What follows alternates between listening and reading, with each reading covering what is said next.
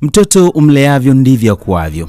Hawa ni vijana wenye umri kati ya miaka 13 hadi 21 kutokea mkoani Mtwara, na hapa wanawasili katika chuo cha VETA Mtwara kwa ajili ya kambi maalum inayolenga kuwanoa na kuwafundisha kuhusu maadili mema katika maisha yao. Ndiyo, hii tunaita mtoko wa Pasaka. Mtoko huu wa Pasaka umeandaliwa na Umoja wa Makanisa ya Huduma ya Mtoto Cluster ya Mtwara kwa kushirikiana na washirika wenza wanaofahamika kama Releasing Children from Poverty Compassion in Jesus Name, ikijumuisha vituo vikuu vitano ambavyo ni EAGT Rahaleo, KKKT Magomeni, kituo cha Moravian kilichopo Mbae, FPCT Koko Beach na Baptisti Majengo imekuwa. Kwa majina ninaitwa Maximilian Makau, ni mratibu wa kituo namba TZ 834 FPCT Mtwara. Niko pamoja na vijana wangu ambao tayari wamekusha fika eneo la kambi kwa ajili ya kambi ya vijana ya siku 3, yani tarehe 30 mpaka tarehe 1 ya mwezi wa 4. Mambo mbalimbali kuhusu vijana watakwenda kufundishwa hapa ambayo yatawasaidia katika maisha yao. Kwa hiyo ninawaombea na ninawahitaji wawe makini katika kusikiliza yale yote ambayo watakwenda kufundishwa na kuyachukua kuyaweka katika matendo kwenye maisha yao. Asante. Kwa majina yetu Hajira Hassan Isa, ni mkazi wa Magomeni. Nimetoka katika kituo cha TZ 834 Mtwara FPCT. Ni mkazi wa Magomeni. Nimekuja hapa tumekuja hapa na wenzangu wote kwa ajili ya kujifunza maadili ndani ya siku 3. Tunajua ambacho lengo na dhumuni ambalo tumelijia. So tunaomba wote tushirikiane na tujie ambacho tumekijia hapa. Tunaahidi kwa tutashika na tutaenda nao maadili ambayo tutajifunza hapa. Kwa majina anaitwa Muhammad Harun Zuberi, ni mkazi wa Chuno. Tupo viwanja vya VETA. Tumekuja hapa kwa ajili ya kujifunza maadili. Ila nacho shauri wenzangu tuweze kusikiliza na kuelewa mambo ambayo tunakuja kufundishwa. Maana tumekuja hapa kwa ajili ya kujifunza maadili. Jina langu naitwa Muhando Kigolo, ni kitu wa cluster ya Mtwara, na kipekee safari hii tumekuwa na kambi maalum la vijana ambalo tumeliita mtoko wa Pasaka. Tunajua kipindi cha Pasaka watu wanaandaa matamasha na makambi mbalimbali kwa ajili ya vijana kuwapa elimu ya kiroho, lakini safari hii sisi tumekuja kitofauti zaidi kwa kukusanya watoto wote wanaohudumiwa na vituo vyenye huduma ya mtoto makanisani ambao vina ushirika wenza na shirika la Compassion. Na dhumuni kubwa la mtoko huu wa Pasaka ni kuweka uwezo ndani ya vijana ambao tunawahudumia vituoni, ambao tumeendelea kwa tukipokea kesi chache za vijana hawa kushindwa kuhimili miemko yao. Tumetamani kuwafundisha katika eneo la maadili, tumetamani kuwafundisha katika eneo la kujitambua, tumetamani kuwafundisha katika maeneo ya kuhimili miemko yao, tumetamani kuwafundisha katika maeneo ya life skills, zile juzi mbalimbali za maisha, namna gani zinaweza tukawasaidia kwenye maisha yao. Hilo ndio dhumuni kubwa la kukutanisha na vijana hawa. Tutakuwa hapa VETA kwa kambi ya siku 2 kuhakikisha tunawafundisha vijana ili wanaporudi kwenye jamii wakaweze kuwa na nguvu na uwezo wa kupambana dhidi ya watu tunaowaita mapapatrators au watu wabaya ambao wapo kwa ajili ya kuharibu maisha ya vijana hawa. Hilo ndio dhumuni la kambi yetu. Tunatarajia sasa tupunguze viwango vya kesi tunazozipokea kutoka kwa watoto hawa na familia zao, za watoto kupata ujauzito kabla ya wakati, watoto kuwa na tabia mbaya nyumbani, watoto kutokuwa kushiriki katika shughuli mbalimbali za maendeleo ya familia. Tazama, hawa ni vijana, wengi wao wana miaka kuanzia 15, 16, 17 mpaka 20 hapo. Hawa tayari wanaweza wakawa na mchango mzuri kwenye jamii wanayoishi. Kwa tunatamani wakitoka hapa waende kwa vijana wazuri wenye mchango chanya kwenye familia zao na kwenye taifa lao kwa ujumla. Tunao jumla ya vijana 120 ambao tumewakusanya mahali hapa. Pamoja na wasimamizi wao tunatengeneza timu ya zaidi ya watu 126 kwenye kambi hili.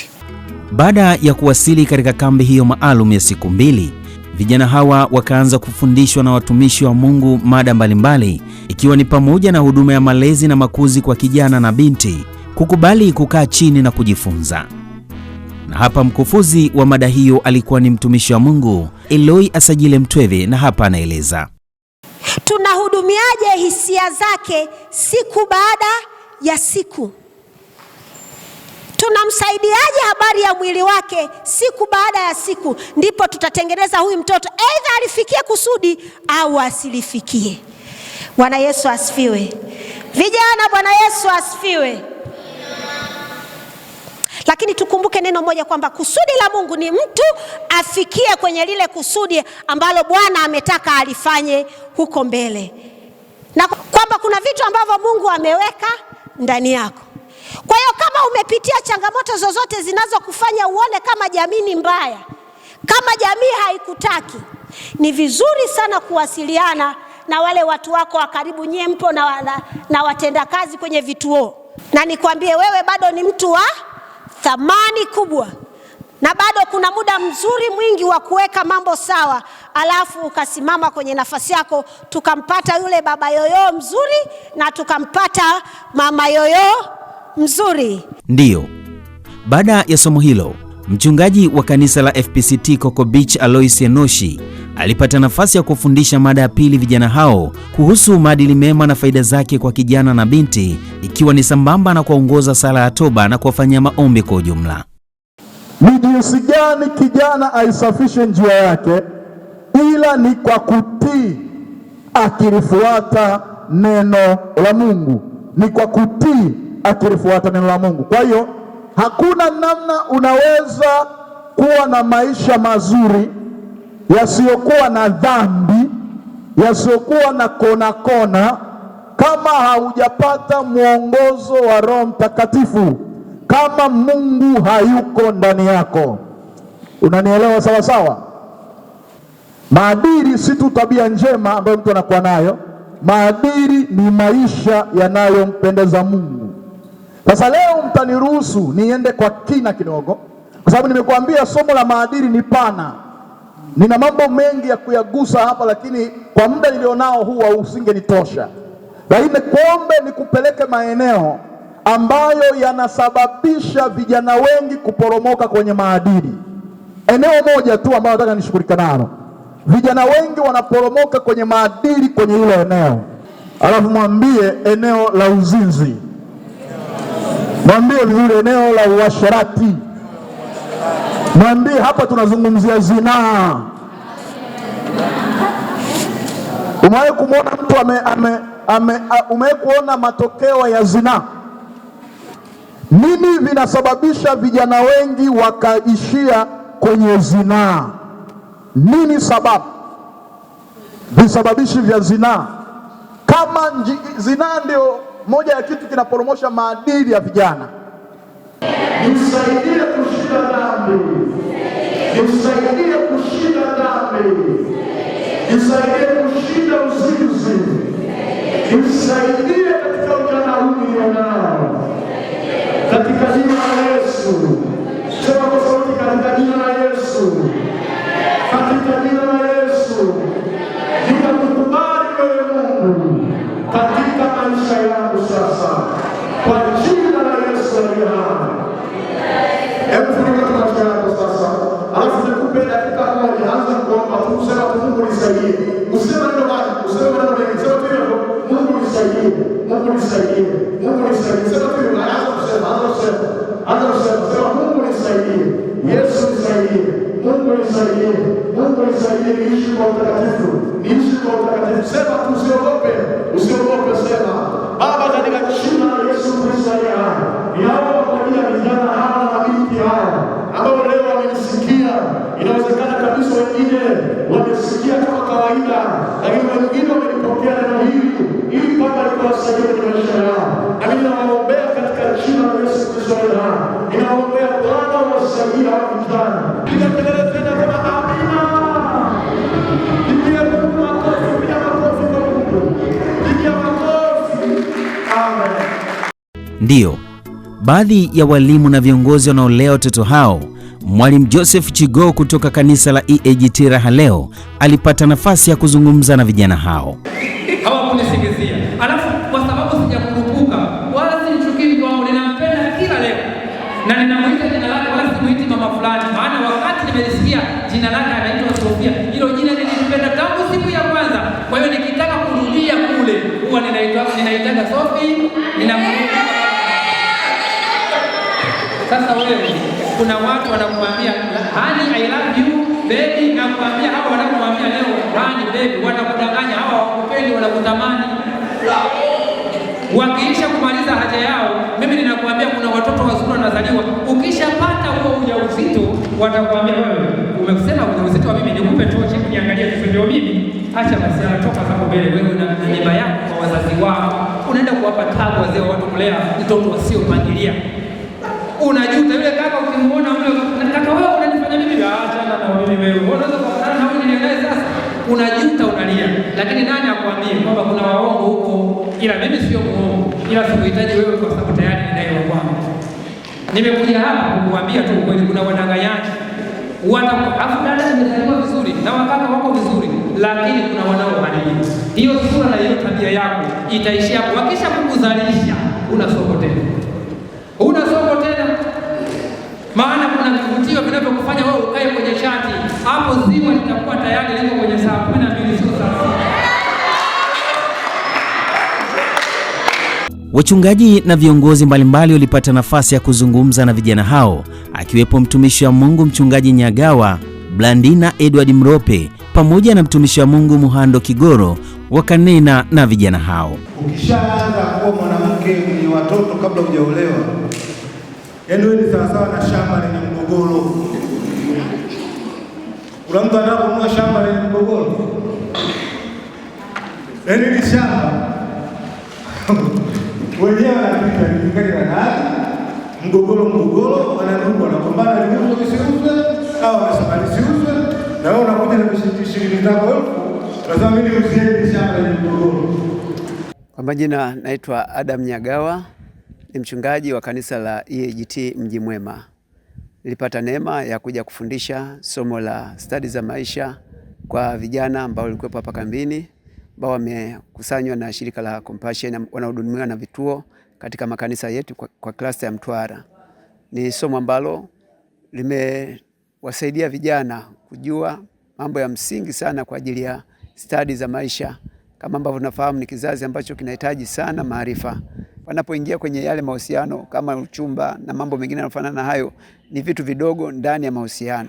Lakini tumeangalia changamoto kubwa ya kizazi hiki kwamba ni kizazi kinachotamani kupata matokeo kwa haraka bila kupita kwenye michakato. Hayo yote tumejifunza na tunaamini kwamba yamewasaidia, na ni matarajio au matumaini yangu kuona wakibadilika. Mungu akijalia, pengine tunaweza kana shuhuda hapo baadaye ya wengi ambao wamebadilika kupitia somo la siku ya leo. Dini imekuwa ni kama jina. Wengi wamejiita Wakristo, wengi wamejiita Waislamu, lakini hawajui chochote kuhusiana na dini zao. Hii ni kuonyesha kwamba hakuna msingi mzuri wa malezi aidha kwenye dini zetu au kwenye familia zetu. Haiwezekani mtu akasema mimi ni Mkristo, hajui habari ya maombi, hasomi neno la Mungu, hashiriki ibada. Huyu ni Mkristo jina, hakuna Mkristo hapo. Hali kadhalika na upande wa pili, mtu aweza kusema Muislamu, hajui fundisho lolote la Kiislamu, zaidi tu ya kuvaa labda nguo inaonyesha kwamba ni Muislamu. Kwa huku kote kunaonyesha kwamba bado kuna upungufu kwenye kizazi hiki wa mafundisho na msisitizo wa kuwafuatilia. Methali 12 mstari wa kwanza 1a. Biblia inasema apendaye mafundisho hupenda maarifa. Sisi wote watoto sisi ambao tumewekwa mahali hapa, vijana wa kike na wa kiume, tukipenda mafundisho tutapata maarifa. Vituo vyote vina watendakazi ambao wana roho moja. Mungu amewajalia kuwa na upendo wa kuwapenda nyinyi. Wanawapenda, wanawajali, wanawaombea, wanawafundisha, wanawaelekeza. Cluster mzima wanawapenda, wanawajali na wana uchungu. Au mnaona wana familia zao, wana maisha yao, lakini wanawakumbuka nyinyi. Wamehama nyumbani kwao. Nimekuta hapa ni mwalimu, sijajua amezungumza. Anasema hao watu wameacha kazi zao, wameacha familia zao, wameacha mipango yao. Alafu kipindi hiki kitambua ni kipindi cha Pasaka. Sisi huwa tunatoka nje. Kuna wengine wanaenda kusalimia ndugu zao, lakini hao wameacha vyote, wakasema ngoja tukae na hao watoto. Tuwasaidie ili kwamba angalau na wenyewe wafikie malengo. Yale malengo naomba yafikie kila mmoja. Afikie malengo. Mwenyewe ujuzi wa aina yoyote ufanye kwa moyo na kwa bidii. Soma kwa bidii. Yule aliye form 1, yule aliye form 2, form 3, 4, 6, 5 sijui na kuendelea. Soma kwa bidii tena kwa uchungu. Ndiyo, walimu wanaolea watoto hawa hawajakaa nyuma. Walipata nafasi ya kuweza kuzungumza nao, huku wakiwashauri na kuwasihi vijana hao kuzingatia yale yote waliofundishwa na wakufunzi wao. Majina yangu naitwa Himson Crawford Sangwa, Mimi ni mwalimu katika kituo cha huduma ya mtoto. Nimefurahi kuona watoto wetu au vijana wetu wanajifunza vitu vizuri ambavyo vimeandaliwa na viongozi wa cluster, ikiwemo mahusiano, lakini pia kujitambua wao kama wao na kuwa na nidhamu binafsi. Kwa majina naitwa Scholastica Howard. Mimi ni mwalimu, natokea kituo cha EAGT Raha Leo. Kiukweli tumeshukuru sana kupata kitu kama hichi tulichokipata leo. Hii conference imesaidia sana kwa sababu kama mwalimu nilikuwa napata ugumu jinsi ya kuwafundisha watoto na kuwaelewesha zaidi. Lakini kwa kilichofanyika leo, kwa kweli watoto wamejifunza vitu vingi sana, ikiwemo maadili, ikiwemo jinsi ya kujitunza katika maisha yao, na imeturahisishia pia kama walimu kuwalea watoto wakatuelewa, kwa sababu tayari wameshapata mafunzo ya kuwasaidia kulea. Kwa kweli tunashukuru sana. Mungu awabariki na siku nyingine pia ijitokeze kwa ajili ya kulea vijana. Kwa majina naitwa Madam Flora, natokea kituo cha KKT Magomeni. Nina jambo moja tu la kuwasihi kama wadogo zangu, nalo ni tukazingatia mafunzo yote ambayo tumefundishwa hapa, na pia tukawe nuru katika kila hatua, katika kila jambo ambalo tunayafanya. Bwana Yesu asifiwe sana. Amen. Kwa majina naitwa Madam Kotrida, natoka kituo cha Baptisti Imekuwa.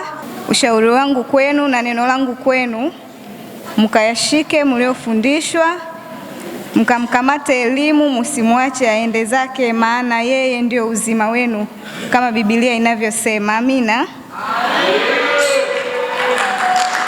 Watoto wa kike tujitunze, tujithamini. Sisi ni wa thamani sana. Hapa tulipo tuna safari ndefu ya kuendelea mbele. Kidato cha 4 sio mwisho wa elimu. Kwa majina naitwa Janet Kiando. Watoto nyie mmekuwa mabarozi, na pia mshukuru Mungu kwa fursa mlioipata, maana kuna wengine waitamani kuipata fursa kama hii, wajifunze yale mliojifunza na mtakuwa mabarozi kwa wengine ambao wamekosa nafasi hii kwenye familia, hata kwa wanafunzi wenzenu. Kwa majina naitwa Justus Julius Ludovic. Nimefurahi kuwa pamoja na nyinyi hapo. Ninayo mambo mengi ambayo ningependa nishare na nyinyi hapo au nijadili na nyinyi, lakini nitaongea machache. Lakini tunaporudi nyumbani tuhakikishe tuonyeshe zile tofauti. Usije ukafanana na mtu ambaye amelala kwao siku zote na uliyekuja hapa hamna tofauti. Na tunaamini humu ndani kila mmoja ni fumbo. Kesho ndo wewe wa kushika nchi. Bwana Yesu asifiwe sana. Kwa tunaendelea kuwaombea mkawe faida ndani ya nchi na hata nje ya nchi, na Mungu awabariki sana. Bwana Yesu asifiwe. Kwa majina naitwa Madam Mese, natokea Moravian. Nimefurahi sana kujumuika na nyinyi vijana. Nawapenda. Nachopenda kuwashauri, haya ambayo tumejifunza hapa tukayaishi, tukatendee kazi. Tusitoke kama tulivyokuja. Tuonyeshe tofauti, kwamba tumepata kitu kipya na tukakifanyia kazi kikatusaidia katika maisha yetu. Bwana Yesu asifiwe sana. Kwa majina yangu naitwa Mwalimu Joeli Joshua Tasingwa. Ni mwalimu ambaye nafundisha katika kituo cha Moravian TZ 0561 na kituo cha FPST pia nahusika kama mwalimu wa michezo. Amen. Amen. Kikubwa ambacho tumekusanyika mahali hapa ni kwa ajili ya kuwajenga vijana au kujengwa, si ndio? Kwa naomba kikubwa tunapotoka mahali hapa tuende tukayaishi yale ambayo tumeweza kufundishwa mahali hapa. Nyinyi mmekuwa kama ni mawakilishi tu wa wengine. Tuko vijana ni wengi, lakini ambao umefika hapa ni wachache, si ndio? Kwa nyinyi ambao mmepata fursa au nafasi ya kufika mahali hapa, basi na nyinyi mnapotoka mahali hapa nendeni mkaambukize na wengine kwamba kule tumeenda tumefundishwa namna hii. Kwa watoto wadogo sana wanapenda kuniita Uncle Sa. Nimeshukuru sana kwa ushirikiano wenu mzuri na mkubwa mliouonyesha mahali hapa. Kiukweli kwa upande wangu mmefanya vizuri. Mmeonyesha nidhamu nzuri. Mengine yaliyotokea labda ni vidogo vidogo tu ambayo yanaelekezeka, si ndio? Zaidi ya yote mmeonyesha nidhamu nzuri. Lakini sasa ombi langu, yale yote uliyoyapata mahali hapa yasiishie kwenye daftari tu hizo. Ninafurahi kuwaona mahali hapa mkiwa na furaha tele tele. Mungu awabariki sana. Tumetoka mazingira tofauti, lakini tumekuja hapa kama familia moja na pia tumekuwa familia moja. Mimi nipende kuwasisitiza yale ambayo mmefundishwa. Mmefundishwa mambo mengi sana, lakini katika hayo mambo mengi mlihusishwa pia mambo ya maadili. Yaani pale ambapo kuna utii ndani yenu ndipo ambapo vitu vyote mlivyofundishwa vinatoka. Kwa hiyo mjitahidi mkawe watoto wazuri huko mnapoenda. Majina yangu ninaitwa Martha Molel, ni mhasibu wa kituo cha FPCT Smyrna hapo. Namshukuru Mungu kwa ajili yenu. Ninaamini ya kwamba uwepo wenu mahali hapa si bure. Ninaamini ya kwamba mmejifunza mambo mbalimbali, lakini awali ya yote unaweza kuwa umejifunza, lakini kuna tofauti kati ya kusikia na kutenda. Kikubwa ambacho tunahitajika kukifanya hapa ni kukitendea kazi kile ambacho umejifunza mahali hapa. Naomba tukae vielelezo na mifano kwa wengine. Tukae vielelezo na mifano kwa wengine. Tukaishi yale ambayo tumejifunza. Sio leo tumejifunza kile kitu ambacho tumeambiwa na wakufunzi zaidi ya mmoja.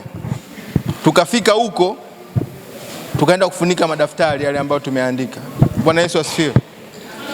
Mimi naamini kile ambacho tumejifunza tutaenda kuwafundisha wale ambao tumewaacha, kwa sababu kuna wadogo ambao tumewaacha na kuna wakubwa kama nyinyi ambao tumewaacha. Nyinyi mmepata bahati ya kuja hapa, basi tuitumie hii bahati ambayo tumeipata. Bwana Yesu asifiwe.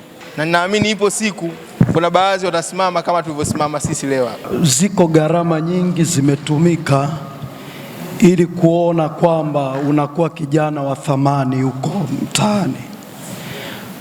Watu wametoa fedha zao, wameacha majukumu yao. Wote unaowaona hapa wana majukumu mengi wameacha, lakini wameacha hayo kwa ajili yako.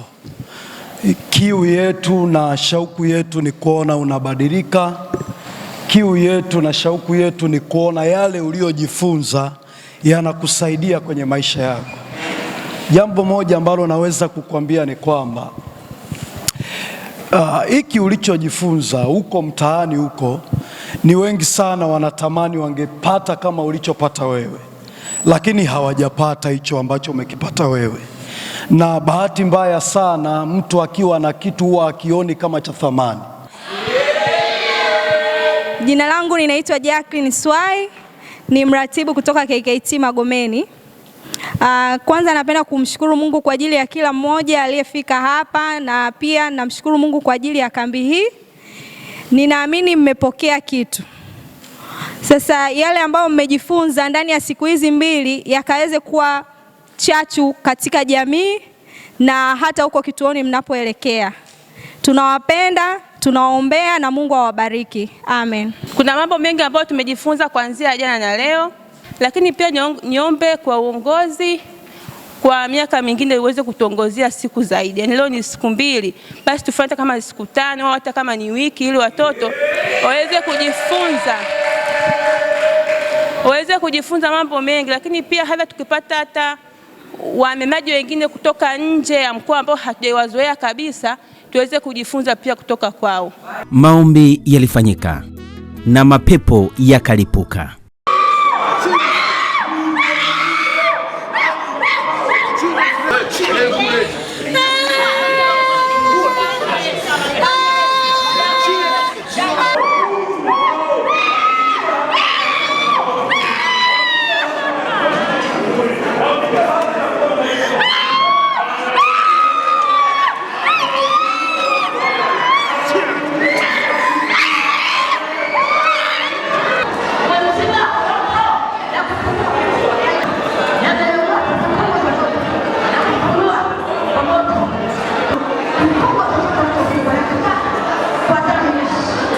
Kila jambo hutokea kwa kusudi maalum.